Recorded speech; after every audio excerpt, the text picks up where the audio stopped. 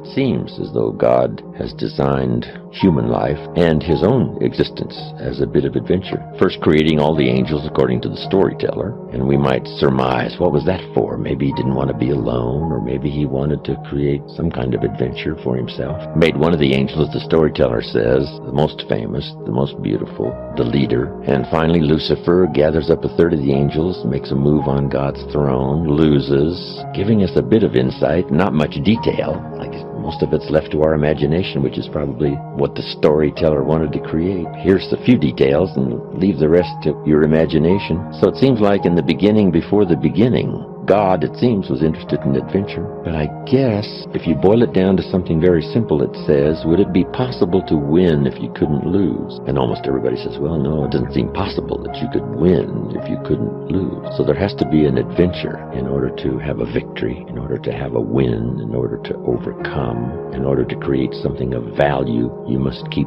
pulling positively against the negative forces, but that's what creates the adventure. If you took a football today and walked out to the football stadium, put it under your arm and crossed the goal line, would we all cheer and call it a touchdown? And the answer is no. It's not a touchdown until you face the 300-pounders who want to smash your face in the turf. And if you can muscle by them, dance by the secondary, cross the goal line with the football under your arm, now we call it a touchdown, maybe a championship. But not without the conflict. But that's a good phrase. Opposites are in conflict and we're in the middle. And on any given day or occasion, that conflict can occur. There's an interesting Bible story that says there were two nice people, according to the storyteller, and it says, however. It's an interesting word, and that's where the adventure began. However, one built his house on the rock and the other built his house on the sand. Nice people can make foolish decisions about the future and then suffer the consequences, especially when the storm comes. So the key is to try your best.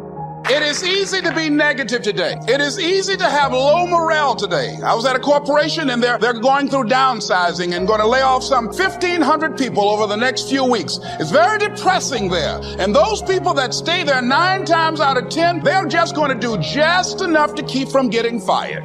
Anybody can do that. But if you can begin to harness yourself and say that where I am, I'm going to do the best I can with what I got, because that is an expression of who I am.